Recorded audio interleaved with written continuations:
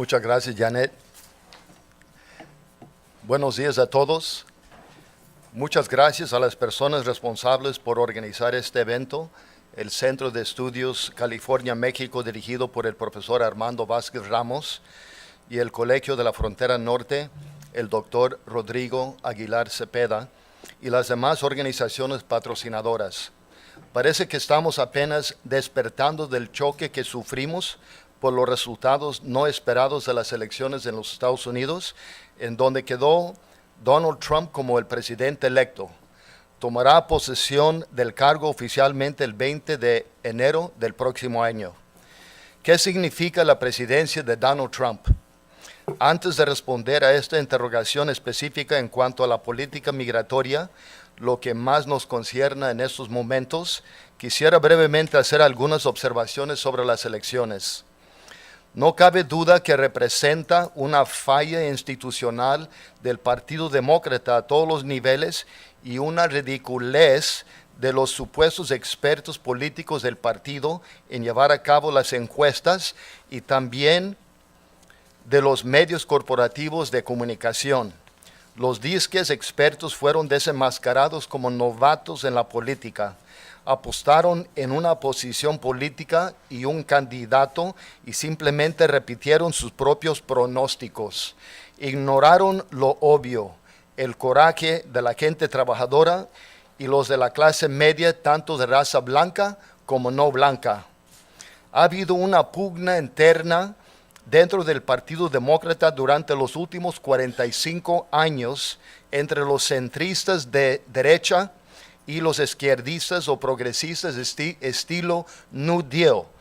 Y estas dos facciones fueron representadas por Hillary Clinton por un lado y Bernie Sanders por el otro. Pues Clinton prevaleció como la candidata oficial por medio de muchas maniobras sucias, pero al fin y al cabo perdió la guerra, se puede decir, al perder contra un novato político que nunca antes había sido elegido a algún cargo político y según las encuestas tuvo más opiniones desfavorables a su persona que las opiniones desfavorables contra ella. Lo que las estadísticas en mano nos muestran es que hubo un declive serio de votantes demócratas en los estados claves que determinaron el resultado de esta elección. Los estados de Ohio, Pensilvania, Wisconsin y Michigan, en comparación a las elecciones de 2008 con la elección del primer presidente afroamericano, Barack Obama, y en 2012 con la reelección del mismo. En ese sentido, los demócratas descuidaron a su base y se enfocaron en otros estados llamados morados, ni azul ni rojo, o sea, ni demócrata ni republicano, como son Colorado, Nevada, Florida y otros. Curiosamente, Clinton ganó menos que Obama en los estados anteriormente mencionados, pero Trump igual ganó menos que Mitt Romney en 2012. Quiere decir que los dos candidatos jalaron menos votos, pero Clinton fue peor. En ese sentido, Clinton representó el status quo o una prolongación de la política económica de Obama, mientras Trump representó, curiosamente, entre comillas, el cambio.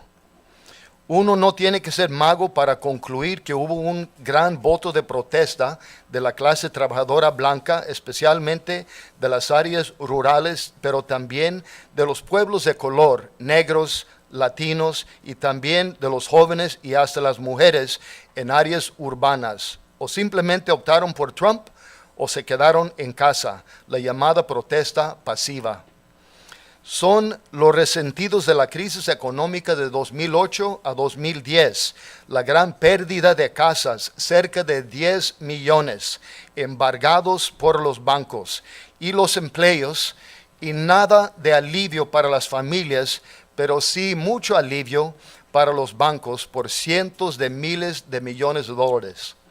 Se ha reportado, por ejemplo, que los blancos sufrieron una reducción de entre 20 a 25% de su riqueza colectiva, los latinos el 40% y los africanoamericanos el 50% de su riqueza colectiva durante los años referidos arriba. De la riqueza colectiva se refiere a la plusvalía que contenía las propiedades, o sea, el hogar familiar.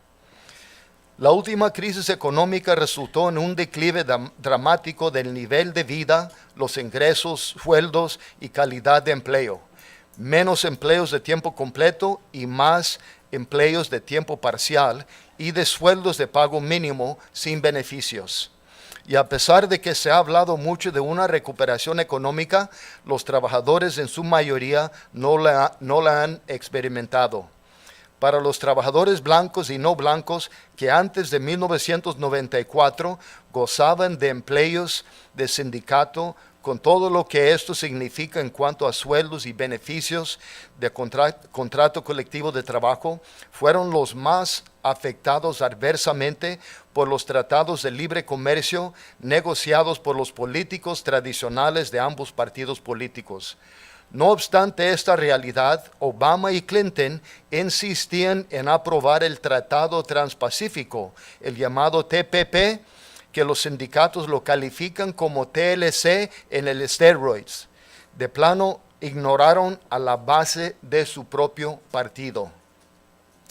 Por otro lado, el voto latino en esas elecciones no fue algo fuera de común de los demás sectores demócratas. Se calcula que aumentó el voto latino por 2 millones en comparación a 2012, más sin embargo, según Antonio González del Instituto Willie C. Velázquez, los latinos no salieron a votar por Clinton como se esperaba, a pesar de que este voto latino por Clinton le permitió ganar los estados de Colorado y Nevada y competir con Trump en el estado de Arizona y ganar por una abrumadora mayoría en el estado de California, 61% a 31%. También los latinos han sido fuertemente golpeados por la crisis económica, la gran pérdida de casas y empleos, estancamiento de sueldos y más aparte han sufrido algo sumamente especial: la deportación de 2.6 millones de miembros de sus familias, 96% mexicanos y centroamericanos, el encarcelamiento de 35,000 seres migrantes permanentemente, el rechazo de los centroamericanos menores de edad no acompañados al llegar a la frontera sur, huyendo la violencia, tráfico humano y el narcotráfico en sus países, y el encarcelamiento de madres y hijos centroamericanos en centros de detención. Básicamente esto es el legado del primer presidente negro de los Estados Unidos, deportador en jefe. Según reportes, entre 27 y 29% de los latinos votaron por el candidato Trump. Aunque parece espantosa, esta cifra no fue tan diferente de las elecciones presidenciales anteriores. Por ejemplo, 27% por Mitt Romney en 2012 y 31% por John McCain en 2008. Reconoce que existe un ala conservador persistente en el electorado latino, pero también un voto de protesta contra el sistema que no ha ofrecido alivio económico alguno. A pesar de que Clinton ganó el voto popular por cerca de 2 millones de sufragios, Trump obtuvo la mayoría de votos del colegio electoral, un vestigio del sistema electoral establecido con la creación de la República Americana para proteger los intereses de los dueños de los esclavos. Entonces, ¿qué pretende el presidente electo Trump con los migrantes sin documentos? Sin ir muy lejos en hablar sobre sus discursos de campaña política, me atrevo a decir que más de lo mismo que hemos vivido durante los últimos 8 años. El chivo expiatorio es el papel que nos reserva de nuevo, como históricamente nos han tratado tanto administraciones presidenciales demócratas como republicanos.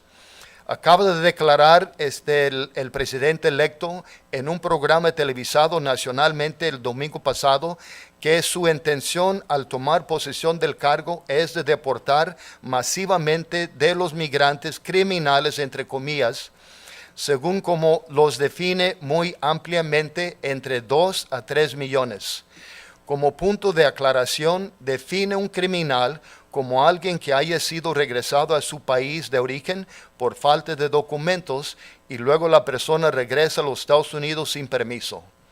Segundo, la construcción del muro y o valla a través de la frontera sur con México, según Trump, para asegurar la frontera sur, más de lo que ya está con los 650 millas de valla y 20,000 oficiales de patrulla fronteriza.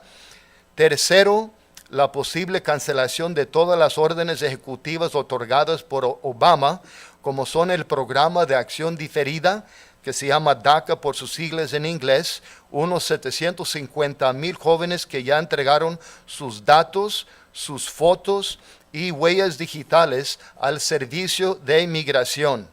Y también el Programa de Estatus Protegido Temporal, o lo que se llama TPS, otros 240,000 centroamericanos que se había establecido bajo otras administraciones, pero extendido por Obama.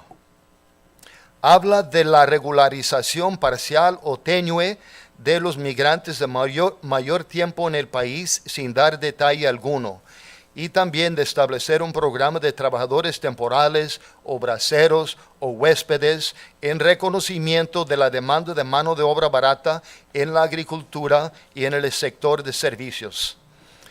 ¿Qué tiene de diferencia con la política migratoria del presidente Obama? Casi absolutamente nada, con la excepción de DACA y la continuación de TPS. Una política justa y humana significa para nosotros, los de la Hermandad Mexicana Nacional, la organización mexicana migrante más antigua y experimentada en defender los derechos del migrante, que fue fundada en 1951 durante las deportaciones de 1.5 millones de mexicanos bajo el nombre de Operación Espaldas Mojadas por los presidentes Harry Truman, un demócrata, y luego Dwight D. Eisenhower, republicano.